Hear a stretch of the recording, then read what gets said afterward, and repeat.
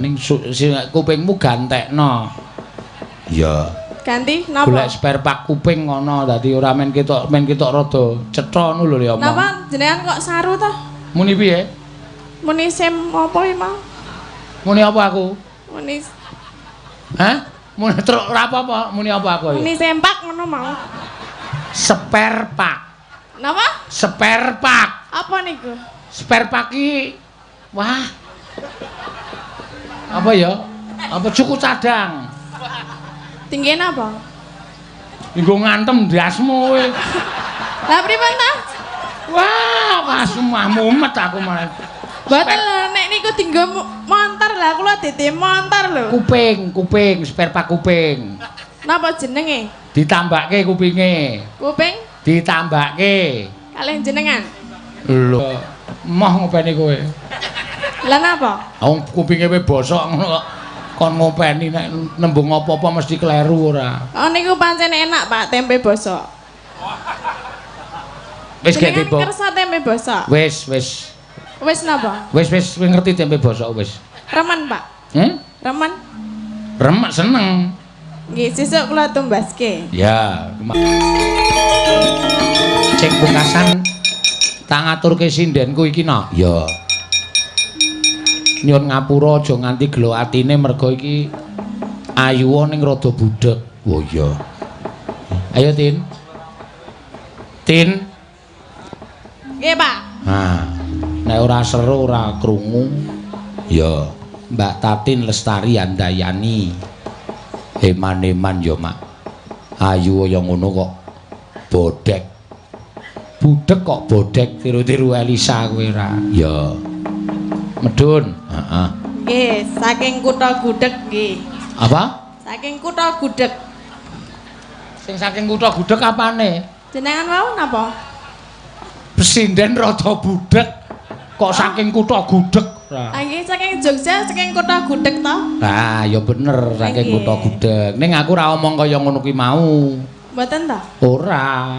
Kula ngenten nek saka kutha Gudeg ngono. Nah, ya wis ora apa-apa, wis butuhe rupamu ayu perkara kupingmu bosok ora masalah. Ya. Mboten bosok, Ora bosok piye? ming rada budheg. Lah saiki tok akoni saiki. Ya. Biyen-biyen ora tok akoni, saiki tok akoni tenan. Ya. Ya. Nembang. Napa? Nembang. Nembang napa? Nembang lagu kok nembang apa? Nggih, lagune napa? Lagune apa manut kowe iki pamundutan wis entek. Sing tok senengi apa? Napa? Waduh. Sing tok senengi apa? Tembang. La. Sing tok senengi apa? Sing kula senengi. Heeh. Tembang. Ah iya. Oh nggih. Napa nggih? Apa? Biasane sing tok senengi apa? Napa, Pak? Wong nganggo son kowe ra krungu kok nari kono. Karena ya, Dok. Napa, Pak? Lah, ya rati aku. Ha iya wong mbok dipresakke tin man-man ora. Iya. Nggih. Napa? Nggih piye? Tembang apa? Lali janjine. Lah ya. Ai janjine? Hah? Lali janjine. Nggih. Ya, slendro apa pelok? Napa? Napa, Pak? Slendro apa pelok? Slendro. Enten sawerane? Apa? Enten sawerane? Iki ora ngrembug saweran. Lah napa? Slendro apa pelok? Oh, pelok niki pun niku lho pun balik kok. Oh ya wis. Mas slendro. geter yang seru nggih, Mas. Ah, nganggo tabu saron. Teng. Ku ndak ra krungu. Ayo sinden rada bosok ngene iki. Ya wis ning ndi melu. Ayo saking kelayune ana. Ya get diwiwiti. Kula nggih cen ayu, Pak. Apa? Cen ayu. Kelayu kok ayu. Oh, kelayu to. Kelayu. Krungune ayu. Kelayu kok ayu. Neng ayu mboten. Ayu nek li ayu. Ya ning kupingmu gantekno. Ya. Ganti napa? Golek spare part kuping ngono dadi ora men ketok rada cetha ngono lho ya omong. Napa jenengan kok saru to? Muni piye? Muni sem apa iki mau? Muni apa aku? Muni Hah? Muni truk ora apa-apa, muni apa aku? Muni sempak ngono mau. Spare pak. Napa? Spare pak. Apa niku? Spare pak ki wah. Apa ya? Apa cukup cadang? Tinggian apa? Nggo ngantem ndasmu kowe. Lah pripun ta? Wah, pasumah mumet aku malah. Boten lho, nek niku dienggo montor lah kula dite montor lho. Kuping, spare pak kuping. Napa jenenge? Ditambahke kupinge. Kuping Ditambahke. kalih jenengan. Lho, aku ngopo kok kan aku tambahke karo bojomu kono. Kalih bojo kula ngapa? Ayo ditambahke kupinge. Kupinge tambahke. Nah. Ndi duwite? Lho. Duwite ya duwite bojomu apa aku ngopeni kowe kok ya. Moh ngopeni kowe. Lah napa? Wong kupinge kowe bosok ngono kok kon ngopeni nek nembung apa-apa mesti kleru ora. Oh niku pancen enak Pak tempe bosok. Wis gek Jenengan tiba. kersa tempe bosok. Wis. Wis napa? Wis kowe ngerti tempe bosok wis. Remen Pak. Remen. Remek seneng. Nggih, sesuk kula tumbaske. Ya, malah ngrebuk tempe bosok to. Nembange malah lali. Lali janjine. Ya, dibawani. Aja turu sore kaki. Ya. Bawane niku napa? Heeh. Sing gawane. Heeh. Gawane mawon. Gawane piye? Sing gawe niku kitiger. Oh iya gawane ya kena. Nggih, kitiger niku nggih. Heeh. Dina Minggu. Nggih, pun ngerti. Dina Minggu kang tak anti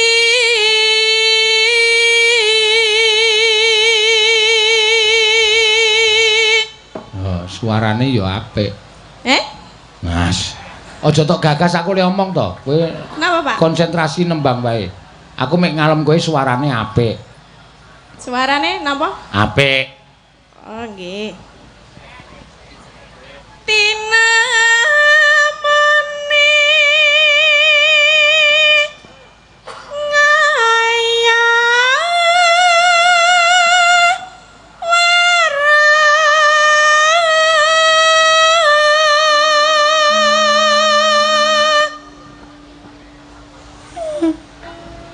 Napa, Pak? Ora apa-apa. Jenengan ngendikan? Ora. Lah niku mau napa?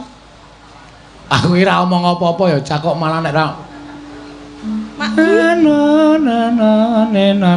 ngono, mek aku mung muni ngono kuwi. Nggih. Jebul menglali jan jine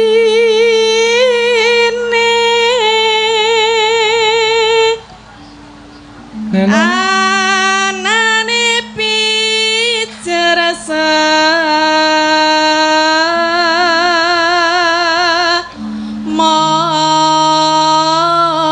maya Pinter. pintar golek alasan.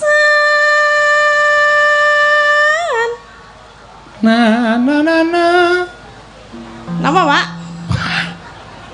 Aku mung nirokke cengkokmu ya. Jenengan mboten ngendikan Ora. enten Ora. sawerane? Apa? Enten sawera. Ana. Pundi, Pak? Nggih, nya. Engko tak kei kowe iki ning amplop iki wis. Nembang sing apik sik. Hah? Hah? Nembang sing apik sik. Nembang sing apik nggih. Nah. Krungu niku krungu. Ha iya. Ngandher-ender angen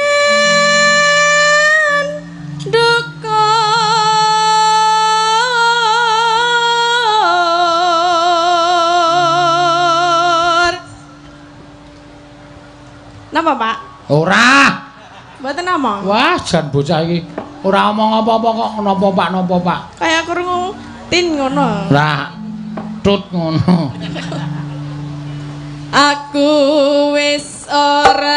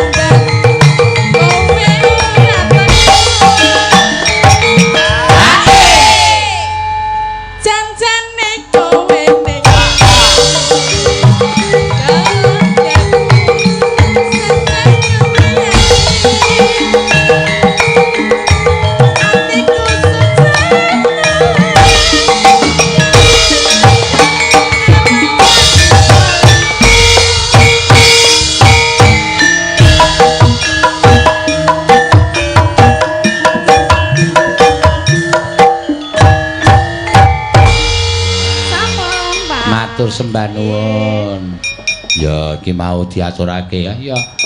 Meh munggah getihku ngurusi cah siji iki no. Kan munggah meleh. Apa? Kan munggah meleh. Ora wis munggah getihku mingan. Oh. Ora kowe kok kon munggah meneh ora. Iya, nek krungu swara mesti genahke lha. Ya wis ora apa-apa no. Ya. Ayo disambung sik critane mengko ndak pedhot dalan. Ya. Ora prayoga sing jeneng mangan ki umume ya ming 2 piring nek 3 piring 4 piring 5 piring malah kewowogen. Ya ayo mak tak dherekake. Ayo nggir. Tan samar pamaring sukma. Sukma sinukmaya winaya ing asepe sumimpen telenging kalbu. Pambukaning warana tarlen saking liyep layaping aluyup. Pindha pesating sumbena sumusuping rasa jati om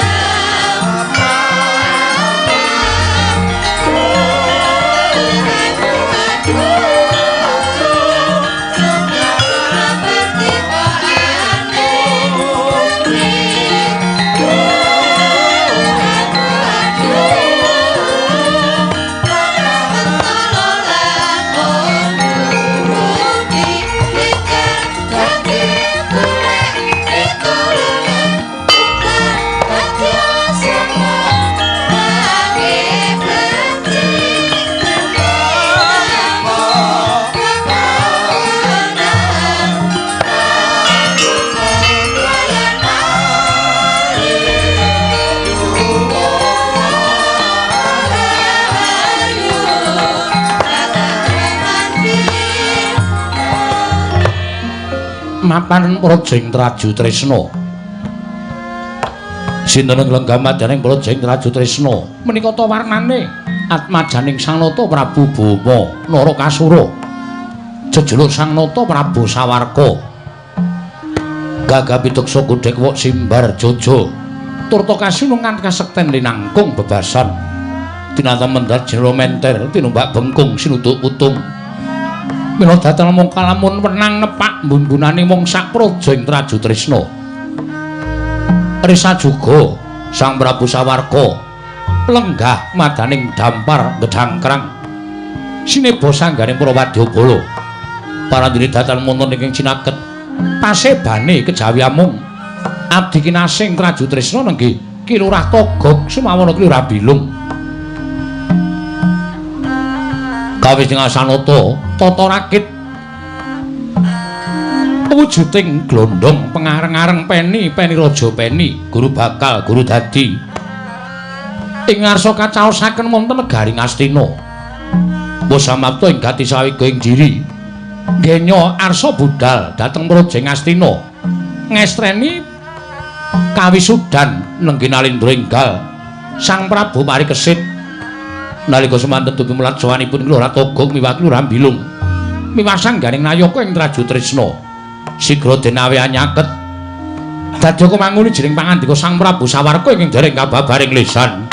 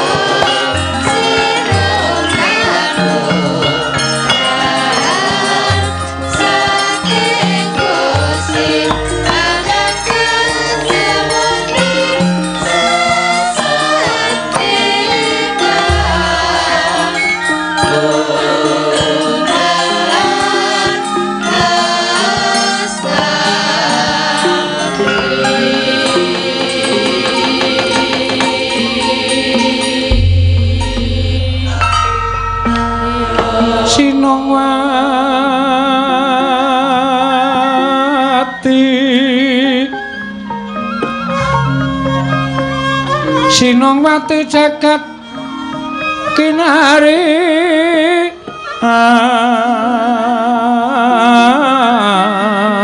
among mbak lumembak ombak ing samudra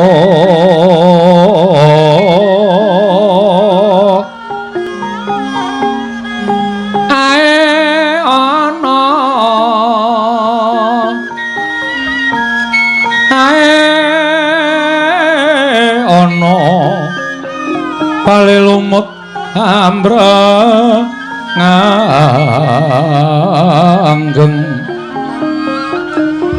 hawito dencengan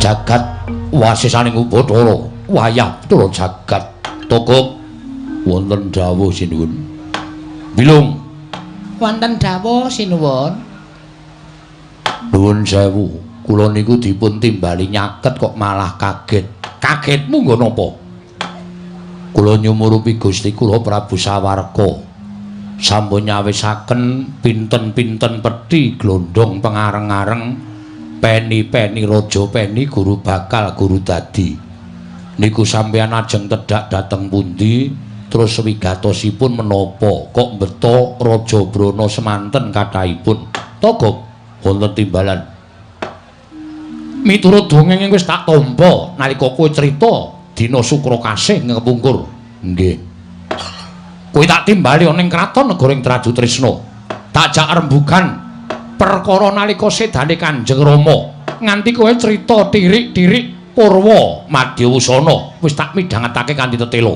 nggih barang tak timbang, tak gelar, tak gulung tinemune pancen peperangan Gojali Suta duk nalika semono pancen kudu dumadi lah nggih leres terus gunane apa aku gedhekke rasa memungsuhan kelawan pepundhenku Pandhawa gunane apa aku gedhekke rasa memungsuhan kelawan Kanjeng Eyang Indrawati jen nyatane kuwi pepundhenku nggih pawarta ing mreta bakul sinambi wara kabar sumebar ngebaki jagat yen to Ngastina bakal ana pawiwahan Nalindra anyar lengsering Sang Prabu Kalimataya bakal ana gumanti ingkang Prabu negara Ngastina wondene kabar ingkang tak tampa ingkang gumanti keprabaning Sang Prabu Kalimataya ya kuwi kadangku Yayi Parikesit gok wonten dawuh mula wektu dina iki wis tak cepake peni-peni raja peni glondhong pengareng-pareng wigati bakal tak caosake marang Yayi Prabu Parikesit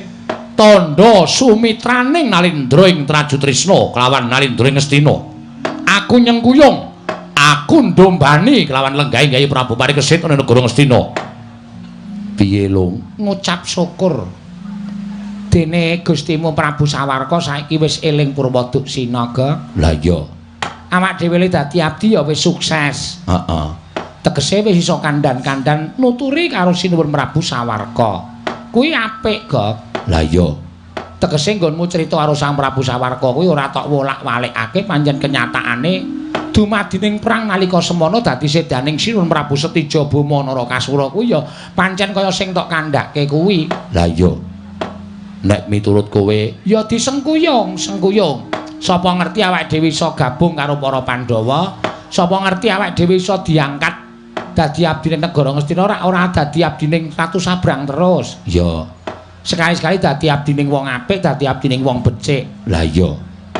Arep bayari sithik, ning nek dadi abdining wong apik, dadi abdining wong becik kuwi kepenak. Heeh. Arep bayari akeh, nek dadi abdining wong angkara, wis pira raja sing mati ditutke awake dhewe gonta-ganti juragan, ora tau kepeneran. Lah iya, ya bener ngono kuwi. Nek miturut kula menika sae Gusti, malah menika mangke ngraketaken pasderekan antawisipun Trajutrisna kaliyan Ndrawati kaliyan negari Ngastina. Kula nyengkuyung, kula ndombani kersanipun Gusti kula Prabu Sawarka. Mula Kang Sangga kuwi dina samengko wis tak tetepake dina iki nggonku bakal budal marang negara Ngastina ingkang wigati mung bakal kepengin nyawiji karo pepundhen Pandhawa, nyawiji karo Kanjeng Eyang Ndrawati supaya aja nganti ana panyokra bawa sing ala tumraping sawarga. Kanjeng Hyang Prabu Ndorowati, aku bakal ngaut pepadane, bakal nyembah ngersane Kanjeng Hyang Ndorowati, tandha bektine putune karo Kanjeng Hyang Egok. Niku sae sinuwun. Rikat lampahing rata tanpa antara prapteng sukuning argaram kang tumingal.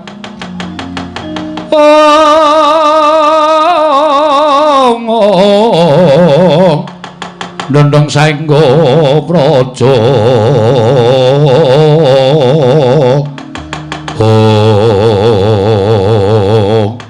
dereng ngantos paripurna Mbal Wacana kasaru praptaning Raden Kertiwindu, Raden Danyang Swela tuwin Raden Dursabala dumrajak tanpa harapan kaget Sang Prabu Sawarga.